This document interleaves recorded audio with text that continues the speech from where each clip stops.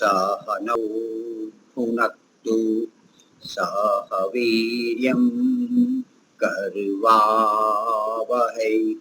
तेजस्विनावधीतमस्तु मा विद्विषावहै। ओम शांति शांति शांति। सबको सादर नमस्ते जी। सभी का हार्दिक स्वागत है वैदिक प्रज्ञा व्याख्यान माला में। एक भजन ले लेते हैं।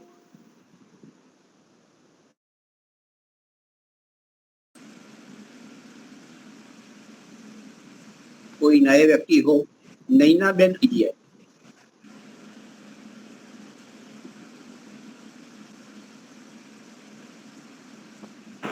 मुनि जी मैं गा सकती हूँ? हाँ, आप लीजिए नरेश पमानी। हाँ जी, धन्यवाद।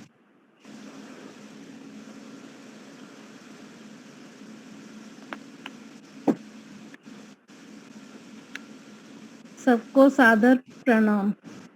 प्रभु प्यारे से जिसका संबंध है, उससे हरदम आनंद ही आनंद है।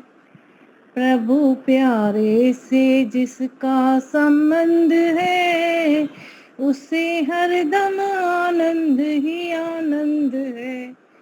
मोह ममता से करके किनारा, मोह ममता से करके किनारा, लेके सच्चे पिता का सहारा।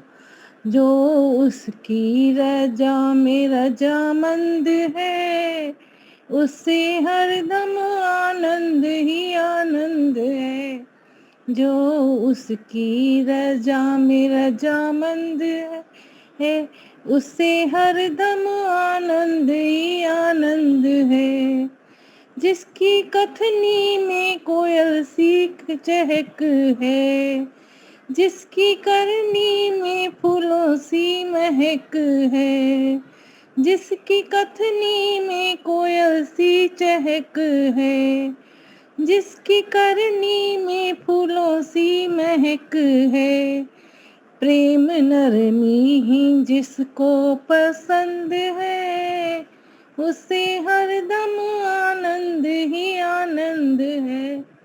प्रभु प्यारे से जिसका संबंध है, उससे हरदम आनंद ही आनंद है। निंदा चुगली न जिसको सुहावे, बुरी संगत की रंगत न भाए। निंदा चुगली न जिसको सुहाए, बुरी संगत की रंगत न भाए। सत्संग ही जिसको पसंद है, उसे हरदम आनंद ही आनंद है। सत्संग ही जिसको पसंद है, उसे हरदम आनंद ही आनंद है। दीन दुखियों से दुख जो मिटाए, बन के सेवक भला सबका चाहे। दीन दुखियों के दुख जो मिटाए, बन के सेवक भला सबका चाहे। नहीं जिसमें पाखंड और घमंड है, उससे हरदम आनंद ही आनंद है। नहीं जिसमें पाखंड और घमंड है, उससे हरदम आनंद ही आनंद है। प्रभु प्यारे से जिसका संबंध है, उससे हरदम आनंद ही आनंद है। प्रभु प्यारे से जिसका संबंध है, उससे हरदम आनंद ही आनंद है। धन्यवाद मुनि जी। बहुत सुंदर, बहुत सुंदर। हाँ जी, बहुत सुंदर। हमारे आज के वक्ता जयाबेन शुक्ला जी है, तो उनको मैं निमंत्रित करता हूँ। जी, धन्यवाद। सभी को सादर नमस्ते जी। मंत्र पाठ करेंगे। ओम विश्वानि देव सवितर्दुरितानि परासुव यद् भद्रं तन्न आसुव। तो महेंद्र भाई, आपको पदार्थ के बारे में जानना था। हाँ जी, वो वैशेषिक के अनुसार हाँ। और इसमें क्या फर्क है? हाँ, बताते हैं। देखिए, एक शब्द है यथार्थ ज्ञान। शब्द क्या है? यथार्थ ज्ञान। यथार्थ का अर्थ क्या हुआ? यथा अर्थ, जैसा अर्थ है वैसा ज्ञान होना, वो है यथार्थ ज्ञान। ठीक है, तो अर्थ का आपको ज्ञान होता है, इतना तो स्पष्ट हो गया। अर्थ का हमको ज्ञान होता है। अब अर्थ से हमारी बुद्धि में, पदार्थ से हमारी बुद्धि में अभी तक द्रव्य बैठा हुआ है। हमारी बुद्धि में क्या है? द्रव्य, कोई वस्तु। कोई वस्तु जो है, द्रव्य जो है, चीज जो है, अभी तक हम उसको पदार्थ मानते थे। अब इसको थोड़ा सा हम विस्तृत करेंगे। वस्तु का तो हमें ज्ञान हो रहा है, अभी आपको मेरा ज्ञान हो रहा है, मुझे आपका ज्ञान हो रहा है, मुझे वस्तु दिखाई दे रही है, आप एक वस्तु है, मुझे दिखाई दे रही है, तो वस्तु का ज्ञान हो रहा है। यहाँ तक तो हम सबको स्पष्ट है। अब गुण कैसे पदार्थ है, उसको समझने का प्रयास करेंगे। गुण जो है उसको भी वैशेषिक में, न्याय में पदार्थ कहा। तो कैसे पदार्थ कहा? जब आप किसी लाल रंग को देखते हैं, जब आप किसी लाल रंग को देखते हैं, क्या आपको उसका ज्ञान होता है? लाल रंग को देखा तो आंख लाल से, रंग का है वो हाँ, ज्ञान हुआ, लाल रंग का यह पदार्थ है। इस पदार्थ में लाल रंग है। आपको, आपकी आंख ने क्या ग्रहण किया? आपकी आंख ने उस लाल रंग को ग्रहण किया। फिर बाद में वो मन में जाकर के गुणी का प्रत्यक्ष होता है। आपकी आंख तो केवल उस गुण को खींचेगी। आपकी आंख जो है ना, वो केवल गुण को खींचेगी, अंदर जाकर के फिर गुणी का प्रत्यक्ष होता है। तो क्या आपको लाल रंग का ज्ञान हो रहा है? तो उत्तर आता है हाँ, हमको लाल रंग का ज्ञान हो रहा है। तो अर्थ का ज्ञान हुआ, अर्थ का ज्ञान हो गया। यहाँ पे अर्थ क्या है? लाल रंग। लाल रंग अर्थ हो गया, जिसका हमको ज्ञान हो रहा है। तो लाल रंग क्या है? द्रव्य है कि गुण है कि कर्म है? द्रव्य, द्रव्य है ना? लाल रंग नहीं, गुण है, गुण है, गुण गुण गुण है। हाँ, लाल रंग है गुण। तो आपको गुण रूपी अर्थ का ज्ञान हुआ। आपको अर्थ, लाल गुण रूपी अर्थ का ज्ञान हो गया। तो क्या हम उस लाल को भी पदार्थ कह सकते हैं? क्योंकि आपको उसका ज्ञान हो रहा है, उसकी सत्ता है ना, लाल रंग की सत्ता है। हमने क्या कहा था? यथार्थ ज्ञान। जैसा वस्तु है, जैसा पदार्थ है, वैसा ज्ञान। तो आपको लाल रंग जैसा है वैसा ही उसका ज्ञान हो रहा है। और वो है क्या? गुण है। तो गुण है, आपको उसका ज्ञान भी हो रहा है, तो हम उसको पदार्थ कह सकते हैं? जी हाँ, कह सकते हैं। कह सकते हैं। हाँ, तो द्रव्य पदार्थ है, ये हमको स्पष्ट था। इसी प्रकार से आपको मीठे का, जो मीठी वस्तु है, आपने अपनी जीभ पर, अपने मुंह में आपने एक रसगुल्ला रखा, तो उस रसगुल्ले का जो मीठा स्वाद था, जो मीठा गुण था उसमें, उसका ज्ञान आपको होता है। तो आपके लिए वो क्या हो गया? वो एक अर्थ है ना, जिसका आपको ज्ञान हो रहा है, मीठे का ज्ञान हो रहा है। तो ये जो मीठा है, ये है गुण, और इसका आपको ज्ञान भी हो रहा है। तो मीठा क्या हो गया? ये हो गया अर्थ हो गया। ठीक है, शब्द का हमको ज्ञान होता है। शब्द का ज्ञान होता है ना। अभी मेरे शब्द आपको सुनाई दे रहे हैं, आपके कान से शब्द सुनते हैं। सुनाई दे रहे हैं। तो ये जो शब्द है ये क्या है? ये द्रव्य है, गुण है या कर्म है? गुण है। ये गुण गुण है। है। हाँ, ये गुण है, आकाश का गुण है। तो इस गुण का हमको ज्ञान हो रहा है। तो ये गुण क्या हो गया? ये एक अर्थ हो गया जिसका हमको ज्ञान होता है। अब शब्द आपको जैसा बोला गया वैसा नहीं सुनाई दे रहा है, तो यथार्थ ज्ञान होगा? नहीं होगा।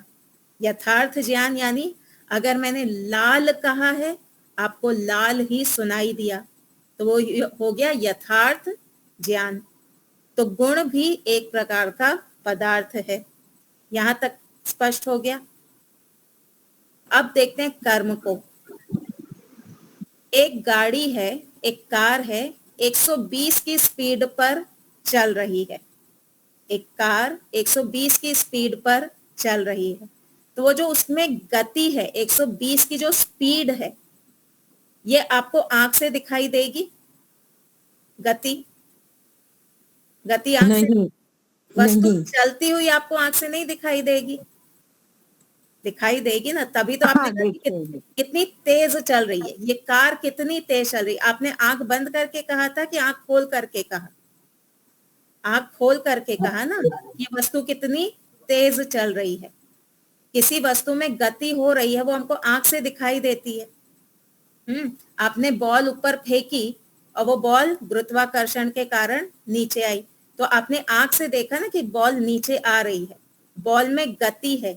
इसका भी आपको ज्ञान हो रहा है आंख के माध्यम से। और ये गति क्या है? ये द्रव्य है, गुण है या कर्म है? कर्म है। कर्म है। कर्म है। और इस कर्म का भी आपको ज्ञान हो रहा है। तो कर्म की सत्ता भी है, आपको उसका ज्ञान भी हो रहा है। तो क्या हम कर्म को अर्थ कह सकते हैं?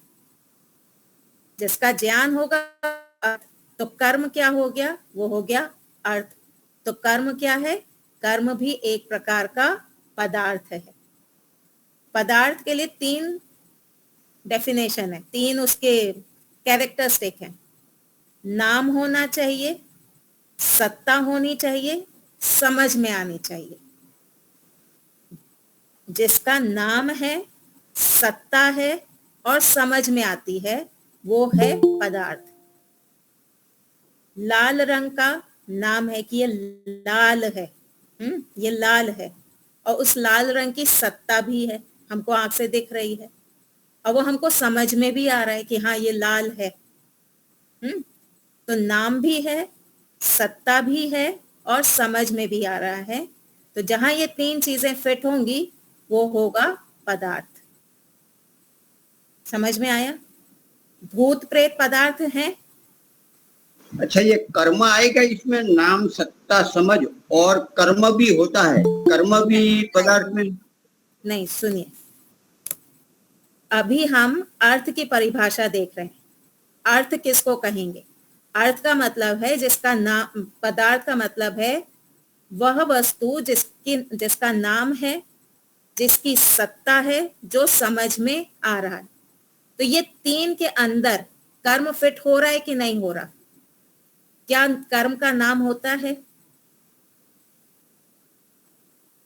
कर्म का नाम होता है गति। कर्म का नाम है ना गति। ऊपर उठना, नीचे उपक्षेपण, नीचे को गिरना, संकुचन, प्रसारणम, जो वैशेषिक में बताया है। तो ये गतियों के नाम है ना, ये कर्मों के नाम है। 5 प्रकार की गति बताई गई है वैशेषिक में। तो कर्म के नाम भी हैं। क्या कर्म की सत्ता है? क्या कर्म होते हैं? क्या गति होती है? होती है। क्या हमको ये गति समझ में आती है? आती है। तो इसलिए कर्म क्या हो गया? कर्म हो गया एक प्रकार का पदार्थ। पदार्थ एक बड़ा बॉक्स है जिसके अंदर 3 चीजें हमने डाल दी। द्रव्य भी डाल दिया, गुण भी डाल दिया और कर्म भी डाल दिया। वो वेन डायग्राम होता है ना जो मैथ्स में बताते हैं, एक बड़ा सर्कल, उसके अंदर छोटे छोटे सर्कल। तो बड़ा सर्कल है पदार्थ, और छोटे छोटे सर्कल क्या हैं? द्रव्य, गुण, कर्म। और भी हैं, अभी हम केवल द्रव्य, गुण, कर्म की चर्चा कर रहे हैं। तो पदार्थ की अगर कोई परिभाषा पूछे तो पदार्थ की परिभाषा है जिसका नाम हो, किसी नाम से जाना जाए, जिसकी सत्ता हो और जिसको हम जान सके, जिसको हम डिफाइन कर सके, वो है और पदार्थ। द्रव्य किसको कहते हैं? द्रव्य द्रव्य द्रव्य एक प्रकार का पदार्थ है, लेकिन वो गुण और कर्म से अलग है। कैसे अलग है? द्रव्य पदार्थ होते हुए उसके अंदर गुण और कर्म रहते हैं। गुण और कर्म स्वतंत्र रूप से नहीं रह सकते। क्या बिना किसी द्रव्य के आपको लाल रंग दिखाई देगा? नहीं दिखाई देगा। क्या बिना किसी द्रव्य के आपको गति दिखाई देगी कि द्रव्य नहीं है पर गति हो रही है? नहीं दिखाई देगी। तो द्रव्य क्या है? जिसके अंदर गुण और कर्म दोनों रहें, वो है द्रव्य। जैसे कि और समवाय कारण भी आता है उसमें। हाँ, बताती हूँ।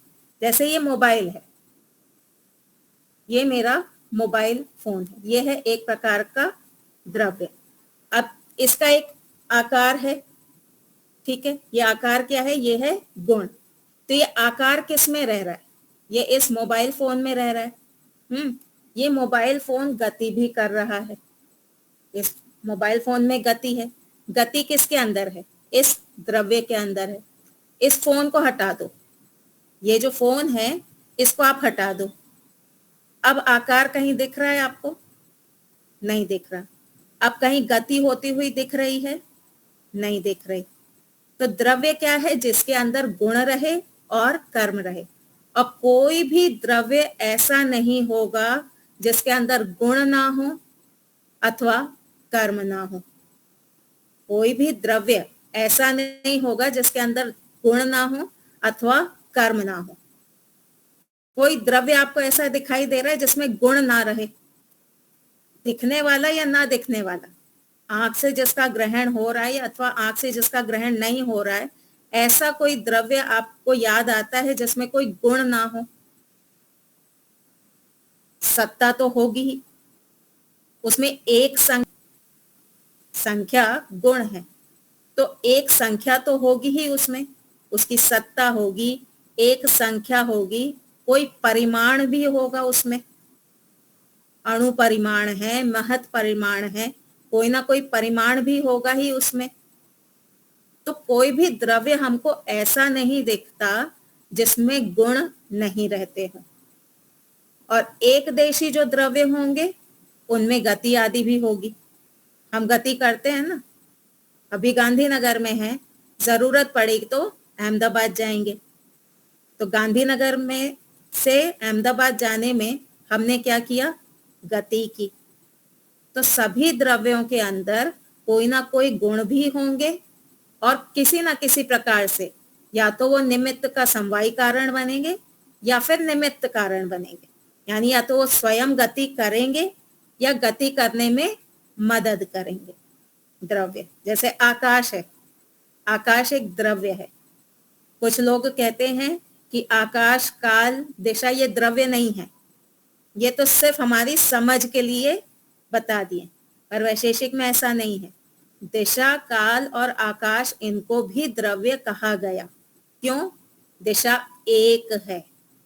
एक संख्या बोली ना आपने, आपसे अगर कोई पूछे दिशा कितनी है, आप कहेंगे एक दिशा है। तो ये एक संख्या किस में रह रही है? दिशा में रह रही है।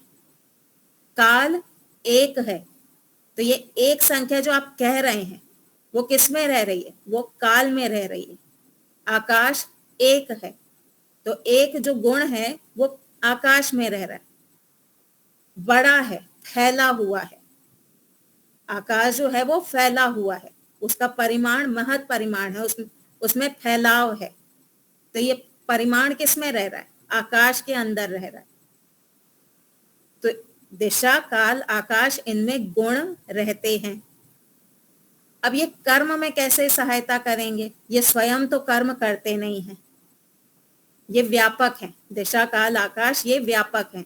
तो ये एक स्थान से दूसरे स्थान तो गति करेंगे नहीं, तो ये समवायी कारण नहीं बनेंगे। समवायी कारण का अर्थ क्या होता है, जो वस्तु स्वयं गति कर रही हो अथवा जो चलती है। जैसे ये मोबाइल फोन है, ये यहां से यहां तक गति कर रहा है, तो गति इस फोन में हो रही है।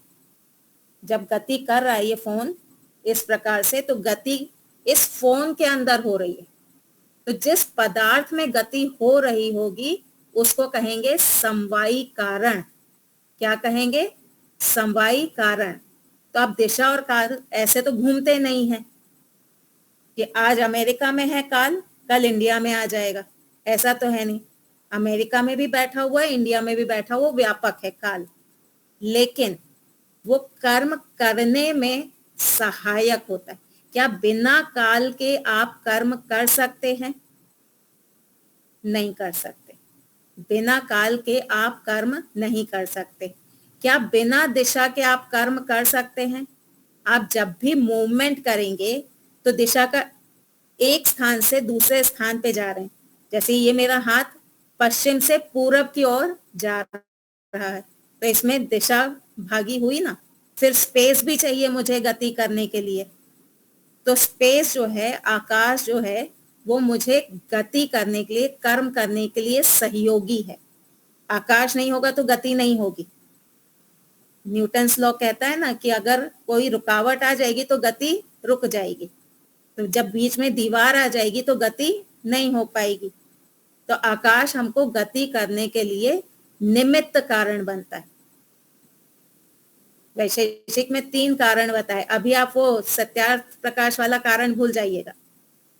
वहां पे निमित्त यानी चेतन था, यहाँ निमित्त कुछ और है। यहाँ पे निमित्त का अर्थ है जो हमको कर्म करने के लिए जगह दे, जिसके बिना हम कर्म ना कर सकें, वो है निमित्त कारण। हो गया स्पष्ट? तो दिशा, काल और आकाश ये भी द्रव्य हैं, क्योंकि इनमें गुण रहते हैं, इनमें कर्म भी रहते हैं।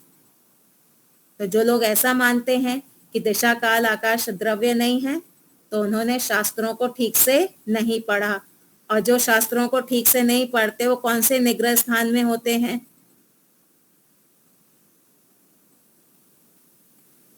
लीला माता जी, जो शास्त्रों को ठीक से नहीं पढ़ते वो कौन से निग्रह स्थान में होते हैं? भूल गए? हमने 4 प्रकार की गलतियां डिस्कस की थी। शशांक जी? सामान्य, नहीं। अनेकांतिक, अनेकांतिक नहीं। निग्रह स्थान, अनेकांतिक तो हेत्वाभास है, सामान्य छल है। मैं निग्रह स्थान की बात कर रही हूँ कि जो लोग शास्त्र नहीं पढ़ते हैं, लेकिन जिनको समझ में नहीं आता तो कुछ का कुछ बोलते हैं, तो ये कौन सा निग्रह स्थान होगा? हेत्वाभास। हेत्वाभास तो हेतु से संबंधित है। 2 दिन क्लास सामान्य छल नहीं, सामान्य छल। मैं निग्रह स्थान बोल रही हूँ। निग्रह स्थान अलग है, छल अलग है। अज्ञान नामक, अज्ञान नामक निग्रह स्थान, ये कौन सा निग्रह स्थान है? अज्ञान नामक निग्रह स्थान है, जहां शास्त्र पढ़े नहीं, अथवा पढ़े लेकिन समझ में आए नहीं, अथवा उल्टे समझ लिए, तो वो है अज्ञान नामक निग्रह स्थान। ठीक है? तो पदार्थ के लिए नाम होना चाहिए, सत्ता होनी चाहिए, और जो समझ में आए उसको हम पदार्थ कहते हैं। स्पष्ट हो गया जी? दीपालिका जी?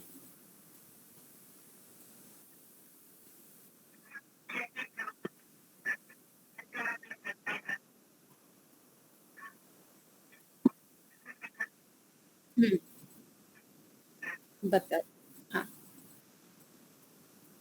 देखिए, द्रव्य में 2 प्रकार की गति होती है। एक स्थानांतरण। एक गति कौन सी है? स्थानांतरण, एक स्थान को छोड़ के दूसरे स्थान पे जाना, ये एक प्रकार का कर्म हुआ। दूसरा कर्म करने में सहायक होना, कर्म करने में सहायक होना, एक वस्तु। हाँ, जैसे आकाश है, ठीक है। अब ईश्वर जो है, ईश्वर में गुण तो है, ईश्वर एक है, ईश्वर न्यायकारी है, ईश्वर दयालु है, महत परिमाण वाले हैं, पूरे में फैले हुए हैं, अणोर अणियान न तो महियान, ठीक है, उनमें गुण है, ये तो हमको समझ में आ रहा है। अब ये जब सृष्टि बन रही थी तो परमाणुओं में गति किसने डाली? ईश्वर ने। अगर ईश्वर गति नहीं डालते तो क्या सृष्टि बन पाती? नहीं। उस गति का निमित्त कारण कौन है? ईश्वर। ईश्वर। हाँ, इसलिए ईश्वर एक द्रव्य है। हम जब मर जाएंगे तो हमको एक स्थान से दूसरे स्थान पे हम स्वयं तो जाएंगे नहीं, हमको कौन लेके जाएगा? ईश्वर लेके जाएंगे। तो वो जो गति हो रही है उसमें निमित्त कारण कौन है? ईश्वर। तो इसलिए ईश्वर करने में सहायक होगा। हाँ, गति करवाएगा तो ऐसा तो नहीं होगा। जैसे कि मैं हूं, मैंने कहा दीपालिका जी कार लेकर के आप जाइए सेक्टर 21। तो यहाँ पर आप कार लेके जा रही हैं, मेरा तो सिर्फ इंस्ट्रक्शन है, तो उसमें मैं आपकी गति में सहायक नहीं हूँ। आपकी कार में जो गति हो रही है उसका समवायी कारण कार होगा, और आप उसको चला करके ले जा रही हैं तो उसमें आप निमित्त कारण होंगे। तो यहाँ करवाने वाले की बात नहीं है, जो गति करे। आपने 3 बातें बोली, वो तीनों वापस से दोहराई। हाँ, स्थानांतरण करेगा। हाँ, स्थानांतरण करने में जो सहायक होगा। हाँ हाँ हाँ हाँ, बस ये दो, बस ये दो, बस इतना ही दो। हाँ हाँ हाँ, ईश्वर सहायक है। ईश्वर अगर गति ना डाले पदार्थों में, द्रव जो सत्वरज तम थे, प्रकृति के जो परमाणु थे, अगर ईश्वर उसमें गति नहीं डालते तो सृष्टि बनती नहीं बनती। तो ईश्वर उसमें गति में सहायक है ना, इसलिए ईश्वर में भी कर्म हम मानते हैं। वो स्थानांतरण नहीं करेंगे क्योंकि वो व्यापक है, लेकिन बस। हाँ। हम्म हम्म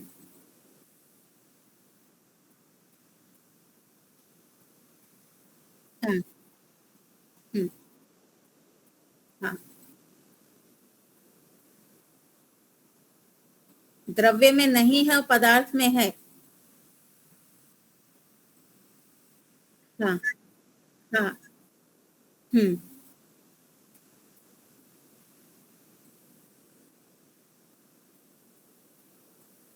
द्रव्य और गुण ये अलग अलग चीजें हैं कि एक हैं?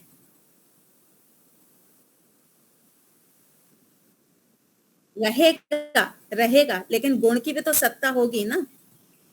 गुण की सत्ता होगी कि नहीं? हाँ हाँ, तो द्रव्य में गुण रहता है, ठीक है। तो गुण की अलग सत्ता है और द्रव्य की अलग सत्ता है, क्योंकि गुणत्व द्रव्यत्व ये हम कहते हैं ना। अगर गुण की अलग अपनी सत्ता नहीं होगी, लाल रंग द्रव्य में रहते हुए भी उसकी अपनी भी तो सत्ता है ना। लाल रंग की अपनी भी सत्ता है, कपड़े की अपनी सत्ता है, और कपड़े के अंदर रहने वाले लाल रंग की अपनी सत्ता है। तो द्रव्य के अंदर गुण रहेगा ये मानते हैं, लेकिन गुण की अपनी सत्ता है, द्रव्य की अपनी सत्ता है, और ये दोनों सत्तावान होते हुए पदार्थ कहलाते हैं। द्रव्य को आप गुण नहीं कह सकते, द्रव्य को आप गुण नहीं कह सकते, द्रव्य को आप कर्म नहीं कह सकते, लेकिन पदार्थ को आप गुण भी कह सकते हैं। गुण जो है वो पदार्थ भी है, कर्म जो है वो पदार्थ भी है। जैसे एक क्लास में स्टूडेंट्स हैं, एक क्लास में कुछ स्टूडेंट्स हैं, तो वो स्टूडेंट क्या हो गई, बड़ी कैटेगरी। अब उसमें गर्ल स्टूडेंट, बॉय स्टूडेंट, ये लड़की छात्रा, ये लड़का छात्र, girl student and boy student. अब ये अगर हम कहें कि इनमें अंतर क्या है, तो स्टूडेंट बड़ी कैटेगरी है, गर्ल स्टूडेंट उसका एक भाग है, बॉय स्टूडेंट उसका एक भाग है। तो पदार्थ एक बड़ी सीमा है, उसके अंदर द्रव्य भी आ सकता है, उसके अंदर गुण भी आ सकता है, उसके अंदर कर्म भी आ सकता है। आया समझ में? हाँ, क्योंकि पदार्थ की क्या डेफिनेशन थी, 3 क्या बातें थी पदार्थ की, जिसका नाम हो, हाँ, जिसका नाम हो। ईश्वर का नाम है, ये जो हम कह रहे हैं ईश्वर, ये एक नाम है। तो पहली नाम हो, सत्ता हो और जाना जाए, गति नहीं। नाम हो, सत्ता हो और जाना जाए। ईश्वर का नाम भी है, ओम नाम ले लेते हैं, ईश्वर का नाम ओम है। दूसरा क्या है, जिसकी सत्ता हो, ईश्वर की सत्ता है। क्या हम ईश्वर को जान सकते हैं? जान सकते हैं, शब्द प्रमाण से जान सकते हैं, अनुमान से जान सकते हैं, प्रत्यक्ष से जान सकते हैं, उपमान से जान सकते हैं। तो ईश्वर को हम जान भी सकते हैं। इसलिए ईश्वर क्या है? ईश्वर एक द्रव्य है, ईश्वर एक पदार्थ है। ईश्वर के जो गुण हैं, सुनिए, ईश्वर के जो गुण हैं, न्यायकारी होना, दयालु होना, सर्वशक्तिमान होना, ये जो गुण हैं, ये भी पदार्थ है। ईश्वर के जो गुण है ना, ये भी पदार्थ है।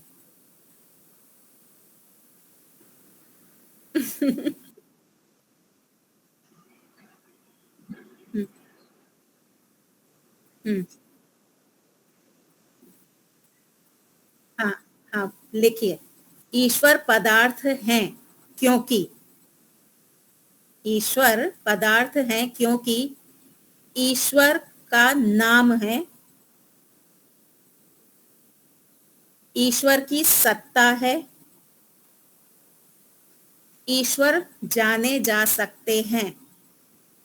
ईश्वर एक पदार्थ है क्योंकि ईश्वर का नाम है, ईश्वर की सत्ता है, ईश्वर को जाना जा सकता है। ठीक है। दूसरी बात, ईश्वर एक द्रव्य है। ईश्वर एक द्रव्य है क्योंकि ईश्वर के अंदर गुण रहते हैं, ईश्वर कर्म का निमित्त कारण बनते हैं।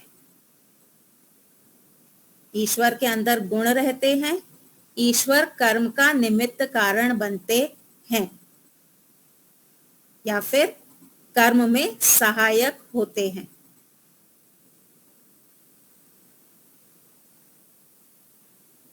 हो गया स्पष्ट?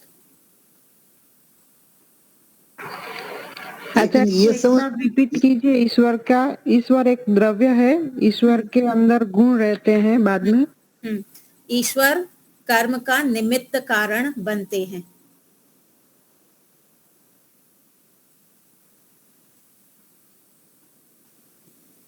ठीक है, कोई और शंका? ये आपने बताया कि ईश्वर के जो गुण है वो भी द्रव्य है। नहीं, वो पदार्थ हैं। हाँ सॉरी, हाँ पदार्थ है, वो कैसे? हाँ। पदार्थ की परिभाषा बताइए प्रहलाद भाई, जो हमने 3 बातें बताई पदार्थ की, उनको एक बार रिपीट करिए। जी हाँ। पदार्थ की परिभाषा क्या है? जिसके अंदर गुण है। नहीं, पदार्थ के लिए 3 हमने टेस्टिंग किट रखे। पदार्थ के 3 टेस्टिंग किट है। सबसे पहला, उसका नाम होना चाहिए। हाँ, नाम है, गति है, हाँ सत्ता है, और एक एक पकड़ते हैं। नाम होना चाहिए, सत्ता होनी चाहिए, और जिसको समझा जा सके। नाम, सत्ता, समझ, नाम, सत्ता और समझ। समझ। अब हम ईश्वर का एक कोई गुण लेते हैं, मान लीजिए हम लेते हैं न्यायकारी। ये ईश्वर का एक गुण है। ये जो ईश्वर का गुण है कि वो कर्मों का यथावत फल देता है, इस गुण का कोई नाम है? यथावत फल देना, उसका नाम है न्यायकारी। हाँ। ठीक है। हाँ। ये जो न्यायकारी गुण है, तो पहला हमारा पास हो गया, हाँ, पदार्थ हो गया का नाम। पहला, हाँ जी पास हाँ, हो गया। जी हाँ। दूसरा, क्या इस न्यायकारी गुण की सत्ता है? क्या वो एग्जिस्ट करता है गुण? हाँ, वो भी तो है, वो भी हाँ, करता है। करता है। तो दूसरा भी पास हो गया। पहला था नाम, दूसरा हाँ। था सत्ता। क्या हमको ईश्वर का ये न्यायकारी गुण समझ में आता है या समझ में आ सकता है? हाँ, जी हाँ, जी हाँ। आ सकता है।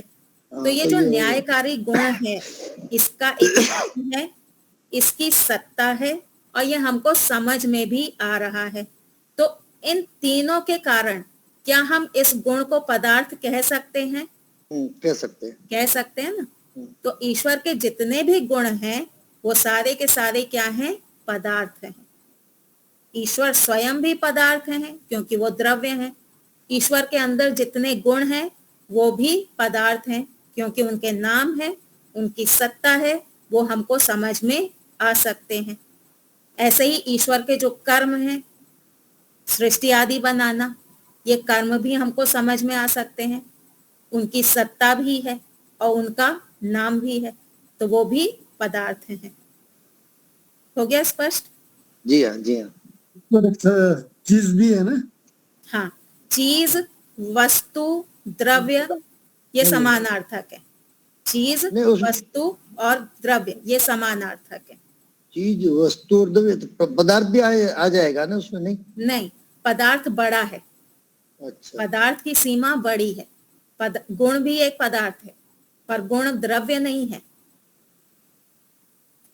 पदार्थ की सीमा बड़ी है, गुण भी एक पदार्थ है, लेकिन गुण द्रव्य नहीं है। हम्म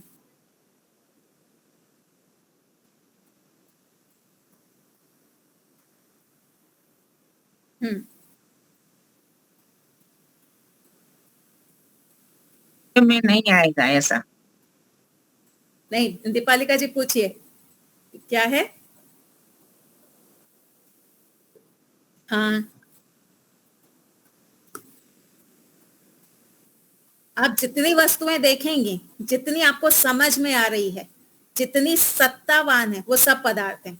वो गुण हो, वो कर्म हो, वो द्रव्य हो, जो भी हो, जो आपकी बुद्धि में बैठ सकता है और जिसकी सत्ता भी हो। भूत प्रेत भी हमारी बुद्धि में बैठ जाता है। कभी कभी भूत प्रेत भी हमारी बुद्धि में बैठ जाता है, लेकिन उसकी सत्ता नहीं है, तो वो पदार्थ नहीं कहलाएगा।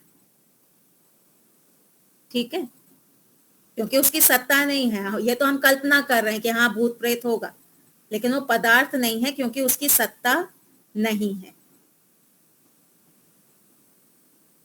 दीपालिका जी, कोई कंफ्यूजन है बोल दीजिए, जो जैसा भी कंफ्यूजन है बताइए। हाँ बोलिए।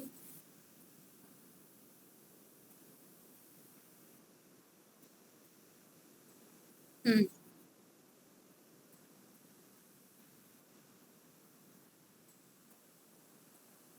हाँ समझ सकते हैं। हाँ, समझ सकते हैं। हाँ, एग्जिस्टेंस तो सत्ता। हम्म हम्म हम्म गुण और कर्म रहे।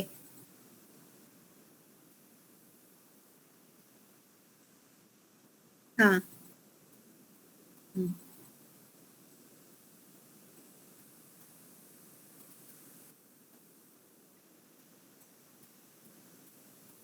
किसी और को कोई शंका है इसमें? स्पष्ट हुआ?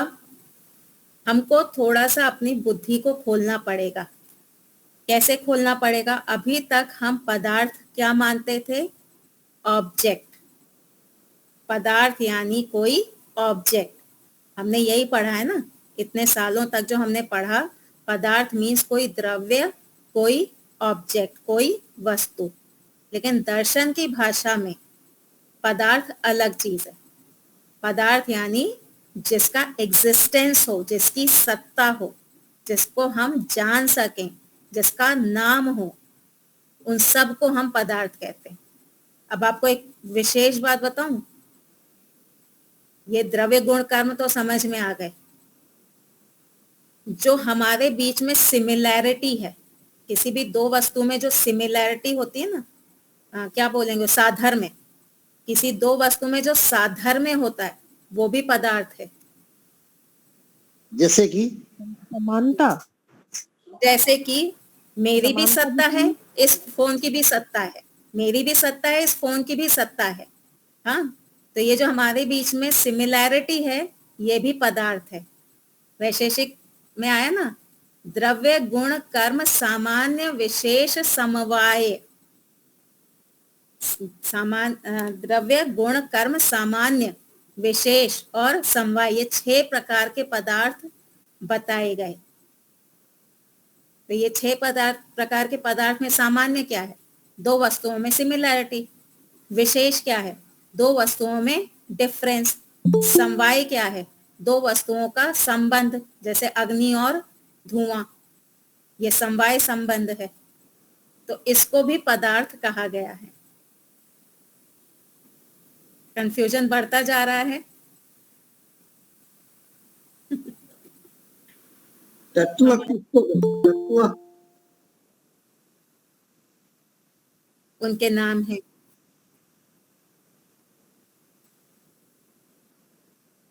सत्ता सामान्य है हमारी।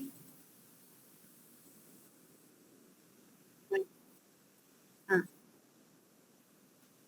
नाम तो आपको, जैसे हम बच्चों को जब पढ़ाते हैं ना कि सॉलिड, लिक्विड और गैस में अंतर क्या है, तो उनका हम कहते हैं इंटरमॉलिक्यूलर फोर्स।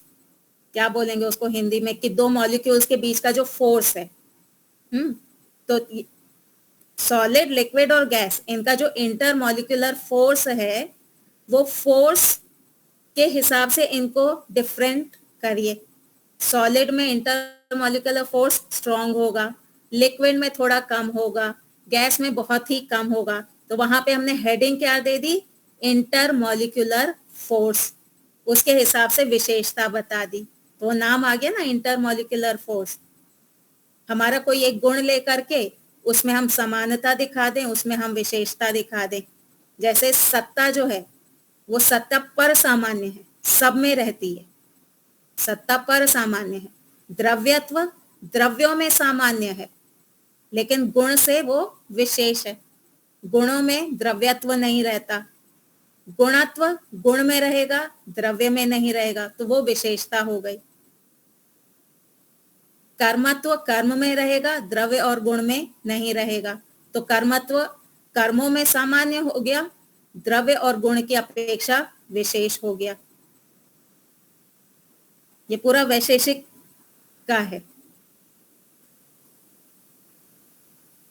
जब वैशेषिक पढ़ेंगे ना तब समझ में आएगा। तत्व क्या है? तत्व पदार्थ है या द्रव्य?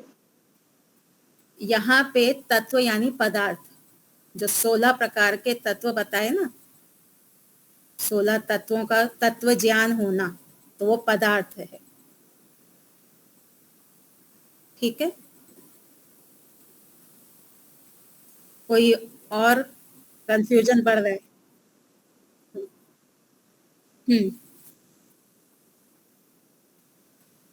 देखिए, आपने एक पत्ते को देखा, एक आप गार्डन में घूमने गई, वहां पर एक पेड़ था, आपने उसके पत्ते को देखा।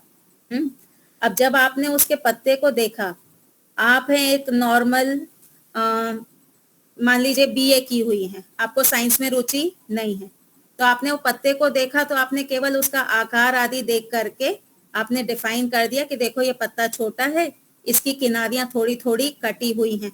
ये आपका नजरिया है पत्ता देखने की। ठीक है, क्या आपका ये जो दृष्टिकोण है ये गलत है? नहीं, आपने तो अपनी बुद्धि से उस पत्ते को देखा। एक बॉटनी वाला व्यक्ति गया घूमने के लिए, उसने जब पत्ते को देखा तो उसका नजरिया कुछ और था। उसने उसमें देखा कि इसकी कटिंग कैसी है, इसमें जो वेन्स हैं, उसकी जो नसें होती हैं पत्तों में, वो किस प्रकार की है, रेटिकुलेट है या पैरेलल है, उसने किसी और नजरिए से देखा, तो उसका नजरिया अलग है, आपका नजरिया अलग है। अब एक आयुर्वेद वाला गया, उसने पत्ते को देखा, वो उस पत्ते के गुणों के बारे में विचार करने लगेगा। कड़वा है तो ये पित्त को शांत करने वाला होगा, वो इस एंगल से देखेगा। तो वही पत्ता है, लेकिन देखने वाले 3 लोग, और तीनों का जो दृष्टिकोण है वो अलग अलग है, लेकिन वो सही भी है। ऐसा हम नहीं कहेंगे कि दीपालिका बेन गलत थी, बॉटनी वाला सही था। दीपालिका बेन ने अपनी दृष्टि से देखा, बॉटनी वाले ने अपनी दृष्टि से देखा, आयुर्वेद वाले ने अपनी दृष्टि से देखा। तो ऐसे ही गौतम मुनि ने संसार को जब देखा तो उन्होंने 16 पदार्थ बताए कि संसार में 16 पदार्थ हैं जिनको जानने से मोक्ष होगा। कणाद मुनि ने जब देखा तो उन्होंने 6 पदार्थ बता दिए कि इन 6 पदार्थों का ज्ञान होगा तो मोक्ष होगा। तो दोनों ही मोक्ष की बात कर रहे हैं, लेकिन दोनों का जो दृष्टिकोण है वो अलग अलग है। एक ने 6 बता दिए, एक ने 16 बता दिए, लेकिन उनमें कॉन्ट्राडिक्शन नहीं है, उनमें कोई भी गलत हो ऐसा नहीं है। ठीक है, हो गया स्पष्ट?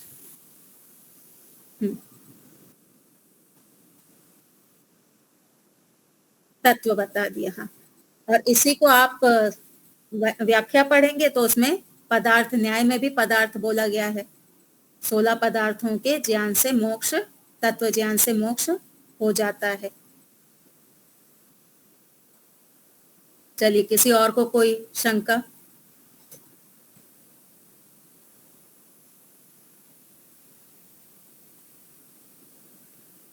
अंजू जी, कोई शंका है? जी नहीं माता जी। ठीक है। तो जो विषय मैंने सोचा था वो उसके लिए तो समय रहा नहीं। चलिए, तो हम ऐसे ही थोड़ी सी चर्चा करते हैं। हमें ईश्वर ने साधन दिए हुए हैं। ये जो शरीर है, मन है, बुद्धि है, ये हमारे कर्म करने के साधन हैं। और सबसे निकट का साधन कौन है? मन, बुद्धि आदि ये जो हैं, ये हमारे सबसे निकट के साधन हैं। अहंकार है, ये भी एक साधन है। इन साधनों की मदद से हम काम करते हैं। कई बार अविद्या के कारण हम विचलित हो जाते हैं। अविद्या के कारण क्या होता है? हम विचलित हो जाते हैं।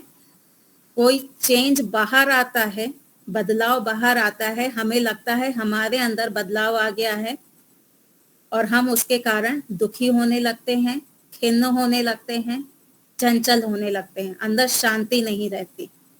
तो जब भी इस प्रकार की स्थिति उठे तो एक उदाहरण आपको, एक एग्जाम्पल आपको देती हूँ, उस प्रकार से विचार करिएगा।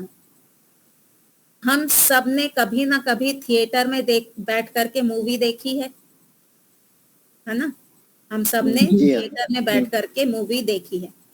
अब जब हम थिएटर में जाते हैं मूवी देखने, तो अपने सिलेक्शन से जाते हैं। जो मुझे मूवी अच्छी लगेगी वो थिएटर में मैं जा करके देखूंगी। तो मूवी सिलेक्शन मेरे हाथ में, कि मुझे एक्शन मूवी देखनी है, मुझे थ्रिलर मूवी देखनी है, मुझे रोमांटिक मूवी देखनी है, वो मेरे हाथ में है। अब मैंने टिकट लिया, मैं जा करके थिएटर में बैठ गई। अब जब मैं मूवी देखने बैठी हूँ तो मेरे सामने क्या होगा? एक स्क्रीन होगा, और उस स्क्रीन पे सारे चेंजेस आएंगे। स्क्रीन पे ही सारे पिक्चर चलेंगे। एक्शन मूवी होगी तो मारधाड़ चलेगी, रोमांटिक होगा तो प्यार मोहब्बत की बातें होंगी, थ्रिलर होगा तो कोई मारकाट की वो चल रही होगी। ठीक है, तो यहाँ पर मूवी देखने वाला व्यक्ति मैं अलग हूँ, और जो चेंजेस आ रहे हैं, जो बदलाव आ रहे हैं, वो कहाँ पे आ रहे हैं? वो एक स्क्रीन पे आ रहे हैं। क्या मेरे अंदर बदलाव आ रहे हैं फिजिकल रूप से, स्वरूप से? नहीं आ रहे ना। मेरे अंदर तो कोई चेंज नहीं आ रहा है। जो भी चेंज आ रहा है वो तो स्क्रीन पे आ रहा है। अब जो कम बुद्धि वाला व्यक्ति होगा, मान लीजिए कि किसी मूवी में किसी की माँ मर गई, अब जो कमजोर व्यक्ति होगा वो क्या करेगा, रोना शुरू कर देगा। हाँ? उसको लगेगा मेरी ही माँ मर गई है, माँ मरी है स्क्रीन पर उसको लगेगा मेरी ही माँ मर गई है। जासूसी वाली कोई थ्रिलर मूवी होगी तो क्या सोचेगा, मैं भी तो जासूस हूँ, वो स्टोरी को बुनना शुरू कर देगा, जबकि स्टोरी कहाँ चल रही है, स्क्रीन पे चल रही है। एक्शन वाली होगी तो वो अपने आप को योद्धा समझने लगेगा कि मैं भी योद्धा हूं, जबकि यहाँ पे बैठ के उसको कुछ करना नहीं है। जो भी चेंजेस आ रहे हैं वो स्क्रीन पे आ रहे हैं और स्क्रीन के हिसाब से वो अपने आप को मानने लगता है। तो हम जो है ना, आत्मा और मन, इनका यही कनेक्शन है। आत्मा क्या है, एक थिएटर में बैठा हुआ दृष्टा है। आत्मा कौन है, थिएटर में बैठा हुआ दृष्टा। और जो चेंजेस आ रहे हैं, जो विषय बदल रहे हैं, वो कहाँ बदल रहे हैं, वो चित्त पर बदल रहे हैं, मन पर बदल रहे हैं। मन पे कभी गुलाब आ जा रहा है, कभी मोगरा आ जा रहा है, कभी कोई बीमारी का किसी का सुना तो वो स्क्रीन पे आ गया। तो चेंजेस कहाँ पे आ रहे हैं, मन पे आ रहे हैं। जीवात्मा में स्वरूप से कोई बदलाव नहीं आ रहा। जीवात्मा केवल अंदर बैठे बैठे वो चित्त रूपी स्क्रीन को सिर्फ देख रहा है। जैसे एक दृष्टा जो है, जो पिक्चर देखने गया है, वो थिएटर में लगे हुए स्क्रीन पर केवल उस पिक्चर को देखता है। उस दृष्टा में कोई बदलाव नहीं आता, बदलाव केवल उस स्क्रीन पे आता है। लेकिन कमजोरी के कारण वो क्या सोचने लगता है, मुझ में बदलाव आ रहा है। उसको तो केवल ज्ञान होता है कि हाँ ऐसे ऐसे स्क्रीन पे पिक्चर चल रहे हैं। जीवात्मा को केवल इतना ज्ञान होता है। लेकिन जब वो अविद्याग्रस्त होता है तो उसको लगता है मुझ में ही बदलाव आ गया है। जी दीपालिका जी।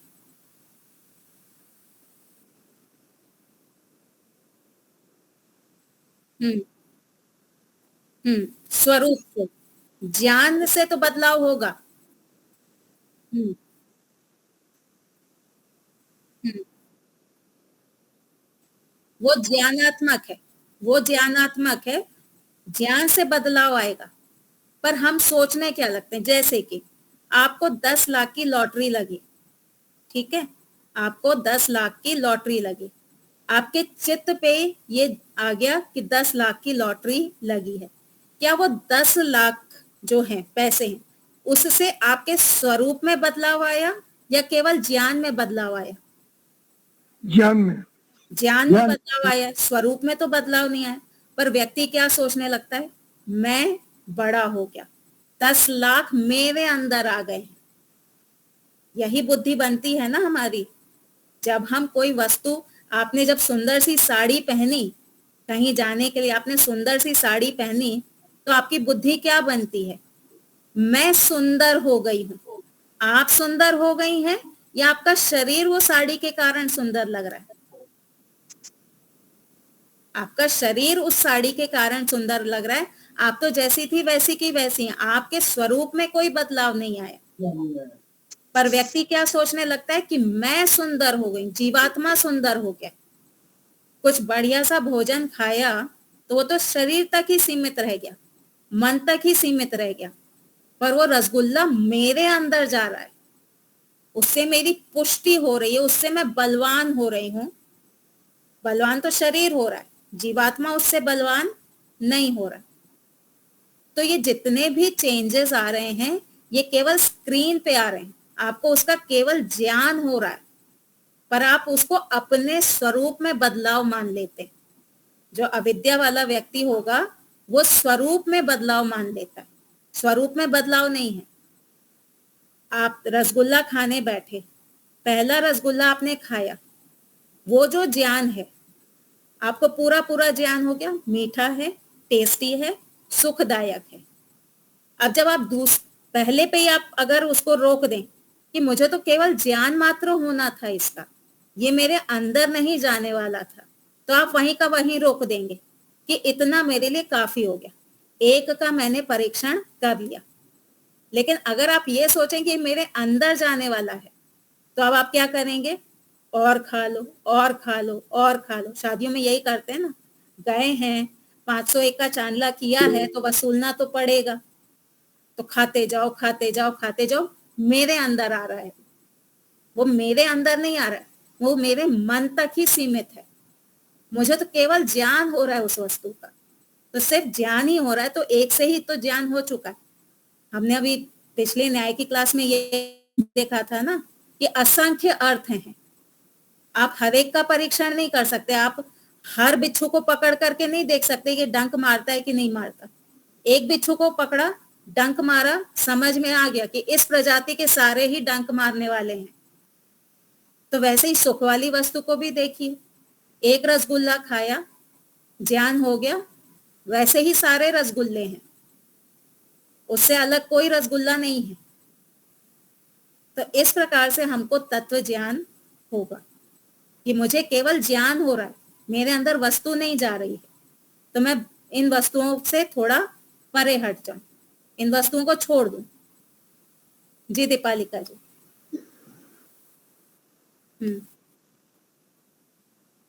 जी। हम्म। हम्म।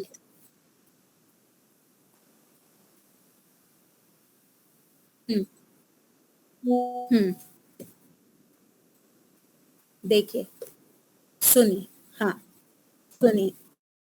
आत्मा को कर्म करने के लिए शरीर चाहिए, आत्मा को कर्म करने के लिए शरीर चाहिए। अब मेरी इच्छा है यहाँ से अहमदाबाद जाने की, उसके लिए मेरा शरीर स्वस्थ होना चाहिए। मैं कॉन्फिडेंट रहूंगी कि हाँ, मुझे ये जो शरीर मिला है, साधन मिला है, ये मेरा अच्छा है, मैं 2 व्हीलर पे इतनी गर्मी में भी जा सकती हूँ। तो मेरा जब शरीर स्वस्थ होगा तो मेरी आत्मिक शक्ति भी बढ़ेगी। आई एम कॉन्फिडेंट, मैं जा सकती हूँ। लेकिन अगर शरीर कमजोर होगा तो मेरी आत्मिक शक्ति भी घट जाएगी ना, कि भाई मेरा जो साधन है, मेरी जो ये कार दी है ईश्वर ने, ये बिगड़ी हुई है, तो वहां मेरी आत्मिक शक्ति भी कम हो जाएगी। तो ये आत्मिक शक्ति तभी होगी जब आपका साधन भी अच्छा है, और साधन अच्छा होने के लिए आपको अच्छा भोजन खाना पड़ेगा, पड़ेगा। हाँ, जैसे दवा खानी पड़ती है, वैसे शरीर को अच्छा रखने के लिए अच्छा भोजन खाना पड़ेगा। तो इसलिए भोजन केवल शरीर चलाने के लिए खाइए। घी खाने से शरीर की शक्ति बढ़ेगी, लेकिन जब मैं रोटी को घी में डुबो के खाती हूँ तो मुझे बहुत स्वाद आता है। ये शरीर के लिए खाया कि स्वाद के लिए खाया? के लिए स्वाद के लिए खाया ना, तो स्वाद के लिए मैं जरूरत से ज्यादा ही खा लूंगी।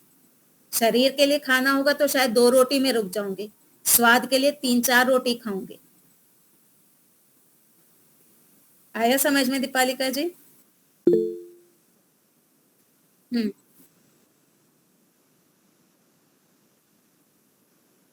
अपरिणामी स्वरूप से उसमें कोई परिणाम नहीं आता।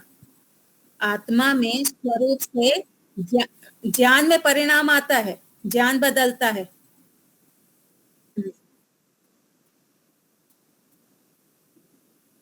नहीं, ज्ञान का बदलाव आएगा।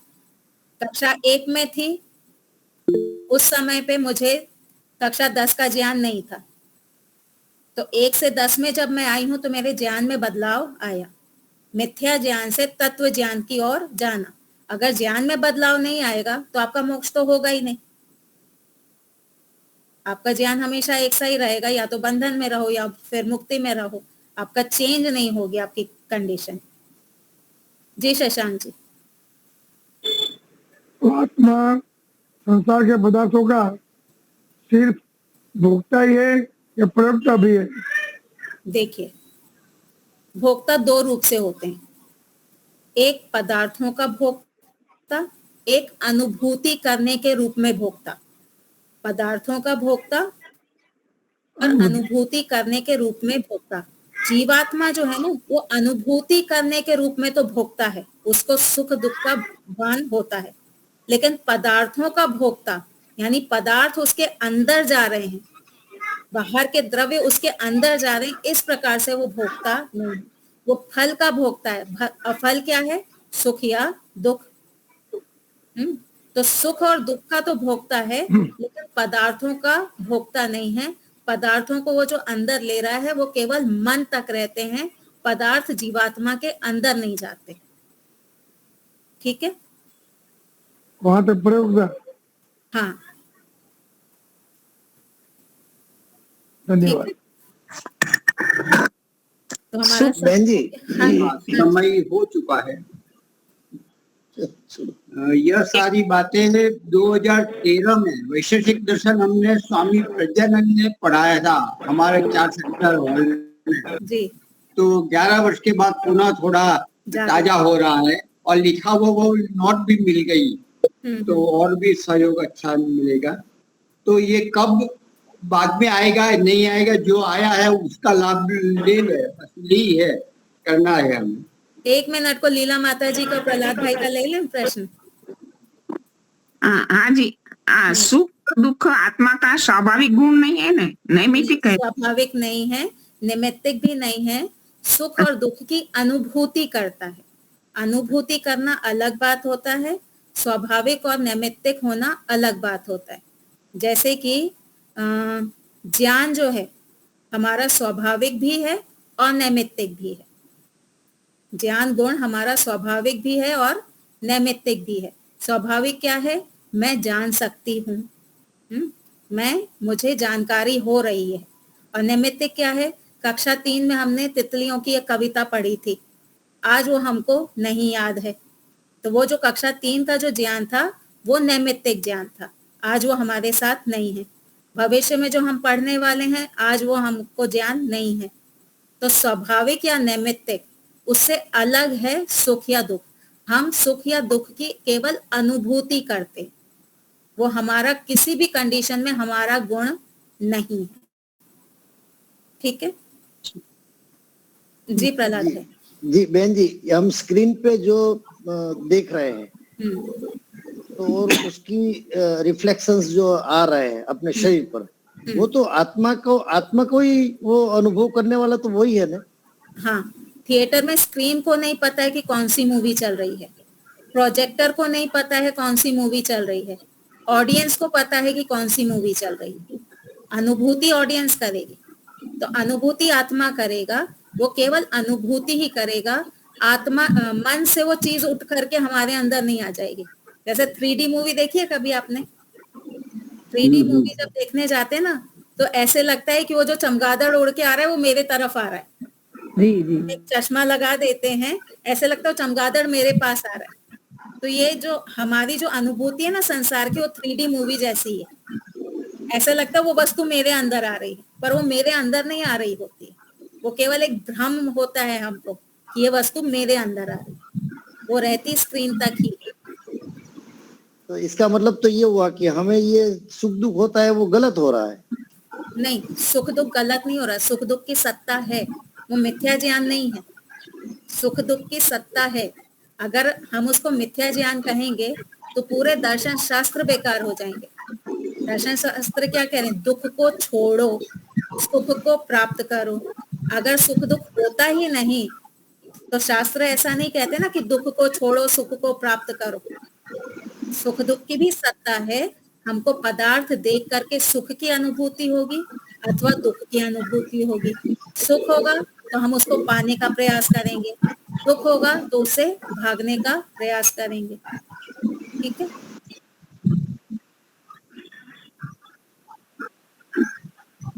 हम अलग। हाँ हाँ।